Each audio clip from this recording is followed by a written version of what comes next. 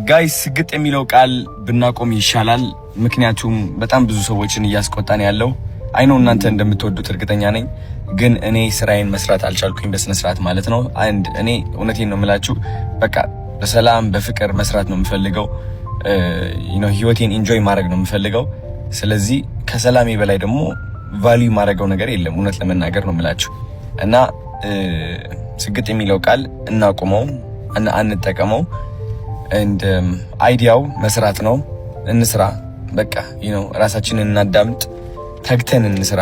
ከአይምሮአችን በላይ ልባችንን እናዳምጥ። እግዚአብሔር በልባችን ነው የሚደርሰን። ለዓላማችን እንቁም። አይዲያው እሱ ነው። አይዲያውን ብቻ ይዘን እንጠቀምበት።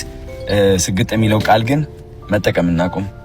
እንደተመለከትኩት ስግጥ ፍምስ የሚለው አይዲያ ወይም ደግሞ ስም በጣም ብዙ ሰዎች እየተስማሙበት ነው ያለው።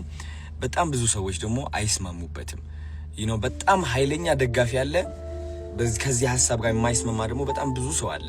እና እኔ አሁን የቪዲዮ እየሰራሁት ያለው አንደኛ ነገር ለምትደግፉት የሐሳብ እወዳችኋለሁ፣ የሁላችንም ሐሳብ ነው።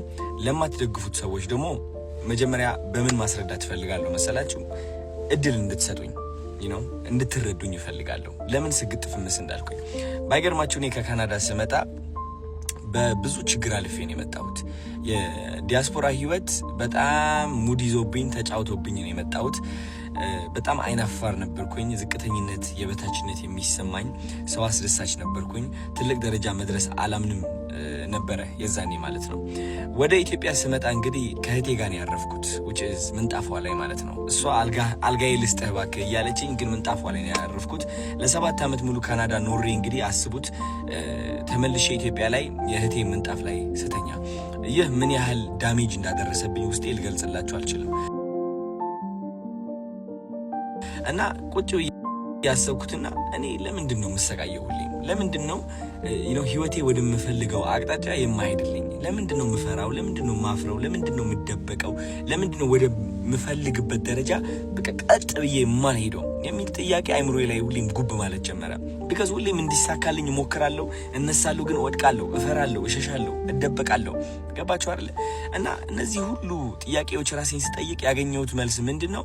አንደኛ ውስጤ ላይ የተቀበረ የበታችነት ስሜት እንዳለ ነው። ውስጤ ላይ የተቀበረ እሺ ባይነት አለ። በቃ ሁሌም መስማማት፣ በምፈልገው በማልፈልገው ነገር ሰውን ለማስደሰት ፍቅር ፍለጋ ራሴን ፍቅር መስጠት አልችልም ነበረ። ገባችሁ? ከዛ ደግሞ ምንድነው ፈሪ ነበርኩኝ። የምፈራው ደግሞ ማለት ነው ማንን ነው? የሰው አይን ነው። which is እኔ ለራሴ ስቆም ሰው ካየኝ ቢነቅፉኝስ፣ ቢተርቡኝስ፣ አትችልም ቢሉኝስ፣ ያ ውስጤ ላይ የተቀበረው በራስ አለመተማመን ቢያዩብኝስ የሚል ፍርሃትም ነበረ።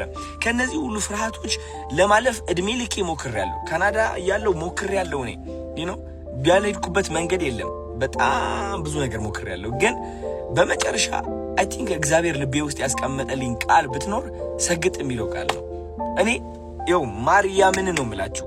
ማርያምን ሰገጤ የሚለው ቃል አላቀውም ነበረ። በማርያም ስም እየማልኩኝ ነው ያለሁት። አላቀውም፣ አንብቤው አላቅም፣ ከየት አባቱ እንደመጣ አላቅም። ይህ ቃል ትርጉሙን ስለማላቀው ነው ደፍሬ የተናገርኩት ብዬ አስባለሁ። ግን ሰገጤ የሚለው ቃል ልቤ ላይ አረፈ። ከዛ ሰግጥ ብዬ ቪዲዮ ለቀቅኩኝ። ይህ ቃል ምን ያህል ኃይል እንዳለው አላወቅኩኝም። ምን ያህል ሰዎች እንደሚቀሰቅስና እንደሚያነቃቃ አላወቅኩኝም። ግን እቺ ቃል ምን አረገችኝ መሰላችሁ? የውስጤ ፍርሃት ሸፈነችው፣ አሸነፈችው። የውስጤ በራስ አለመተማመን አሸነፈችው። እቺ ቃል ምንድነች? ከየት ነው የመጣችው? ማን ነው የሰጠኝ? ለካ ሰገጤ ማለት አይ ቲንክ ፋራ ነው መሰለኝ። ገባችሁ? የዛኔ ነው ሆኜ እያሰብኩት ያለው ሰገጤ ማለት ፋራ ማለት ነው።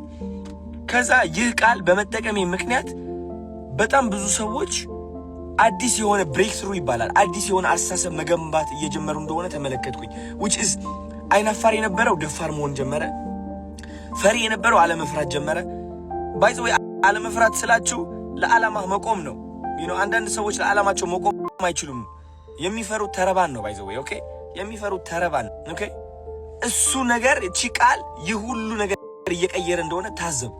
ከዛ እነዚህ ሁሉ ሰዎች ሲቀየሩ ሳይ እኔም ለራሱ ማስተንተን ጀመርኩኝ። ይህ ሰግጥ የሚለው ነገር ምንድን ነው? ምን ያህል ኃይል ቢኖረው ነው የሰው አይምሮ እንደዚህ እየቀየረ ያለው? ለካስ እንደ አንድ ኢትዮጵያ በጣም የሚያጠቃን ነገር ምንድነው? ይሉኝታ ነው። ይሉኝታ በጣም ያጠቃናል። ጎረቤቴ ምን ይለኛል የሚለው አስተሳሰብ በጣም ያጠቃናል። እድሜ ልካችን ሰነፍ እንደሆን ከተነገርን ወይም ደግሞ አይናፋር እኮ ነው ልጄ እንትን እኮ ነው እየተባልን አድገን እዚህ ደረጃ ደርሰን ያ ማንነት ተቀርጾ ያድጋል። አይናፋር ነኝ፣ እኔ በራሴ አልተማመንም፣ ያን ያህል ቆንጆ አይደለሁም የሚለው ማንነት ተቀርጾ ያድግና እዚህ እድሜ ላይ ስንደርስ ተደምድሞ እውነታችን ሆኖ እናገኘዋለን። አንፈልገውም እኮ ገባችሁ? ከዚህ ማንነት የምንወጣበት መንገድ ምንድነው? መሰገጥ ነው። በመሰገጥ ነው፣ በመስራት ነው። መሰገጥ ስላችሁ እያወቀው እያለ እድሜ ልክህ እኮ ፈሪ እንደሆንክ ታውቀዋለህ። እድሜ ልክህ አይናፋር እንደሆንክ ታውቀዋለህ። እድሜ ልክህ ቆንጆ አይደለሁኝም ብለህ አስበህ የኖርክ ሰው እንደሆንክ ታውቀዋለህ። ለእነዚህ መጥፎ ሐሳቦች ትሰግጥባቸዋለህ። በቃ አትሰማቸውም ነው። በቃ ገባችሁ? አትሰማቸውም። በቃ ድድብ ትልባቸዋለህ። ውጭስ ወደ ሁለተኛ ቃላት ልመጣ ነው። በጣም ብዙ ሰው ያናደደው ብዬ ማስበው ለምንድን ነው ህዝቡን ደድብ የምትለው? ደድቦ ይህ ህዝብ ምንድን ነው የሚያደርገው? ደድብ ያልኩት እኔ ዝም ብላችሁ የጅል ስራ ስሩ እያልኩኝ አይደለም። የምትደድበው በነዛ መጥፎ ድምጾች ነው። መደደብ ማለት አለመስማት አይደለ? ደደብ ማለት ተኮርኩሞ ተነግሮ ማይሰማ አይደለ እንዴ? አዎ እነዛ ሐሳቦች ናቸው እኛ እየኮረከሙ ወደ ማንፈልገው ህይወት የሚመሩ፣ ወደ እፍረት፣ ወደ ቁጭት፣ ወደ ስቃይ፣ ወደ ብቸኝነት፣ ወደ የበታችነት ስሜት የሚመሩን እነዛ መጥፎ ሐሳቦች ናቸው። ከነዛ መጥፎ ሐሳቦች የምንወጣው ደግሞ ከደደብንባቸው ነው። አልሰማህም ካልናቸው። ቆንጆ አይደለህም ይላል። ኖ ቆንጆ ነኝ። አይናፋር ነኝ ይላል። ኖ አይደለሁም እኔ ደፋር ነኝ። ከሰው በታች ነኝ ይልሃል አይምሮ ማለት ነው። ኖ እኔ ከሰው በታች አይደለሁም፣ ከማንም ከኔ አይበልጥም፣ እኔ ደግሞ ከማንም ሰው አልበልጥም፣ ሁላችንም እኩል ነን፣ ግን እኔ አንደኛ ነኝ።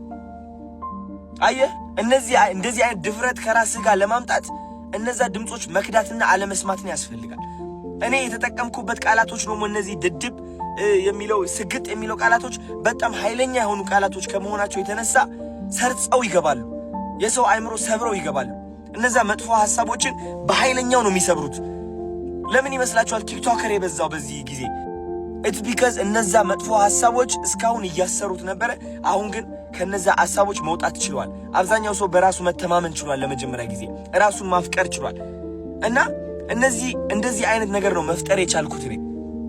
ስለዚህ ከዚህ ሐሳብ ጋር የማትስማሙበት መንገድ እኔ ሊታየኝ አልቻለም።